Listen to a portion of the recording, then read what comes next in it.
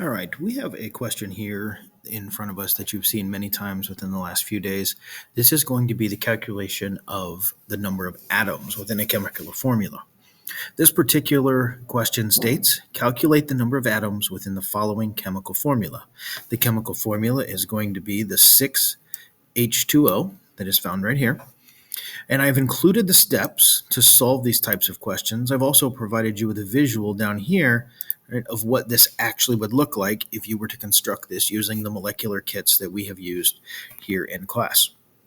So to start us off, we are going to say, step number one, identify the elements. Again, I think this is wonderful practice for you when you are considering, you have a test next week that includes 30 or 35 common elements. So this is going to be good practice. So I would make a habit of this.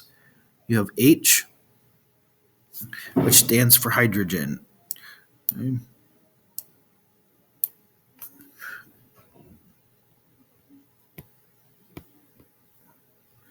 And you also have oxygen. Now with that, we can now move on to the second step. The second step of this process is going to be add any unknown subscripts to the chemical formula. And as you'll see here, we have a subscript for the hydrogen, but what we don't have is one for the oxygen. So let's go ahead and write that. And we're going to give this now 6H2O1. Again, if it's not given, it's assumed to be a 1. So therefore, we want to go ahead and we want to make sure that we follow those standardized rules of chemistry by adding the unknown. So with that, we're also going to move on to step number 3, add unknown coefficients. Well, fortunately, we have a coefficient given right here. It is the 6. And with that, we can now move on to step number 4, which is distribution or distribute. And what that means is that you're going to take this 6 as a coefficient and you are going to multiply that by the subscript given for hydrogen. With that, you end up with a total of 12. So 6 times 2, 6 is a coefficient, 2 is a subscript, tells you there are 12 atoms of hydrogen.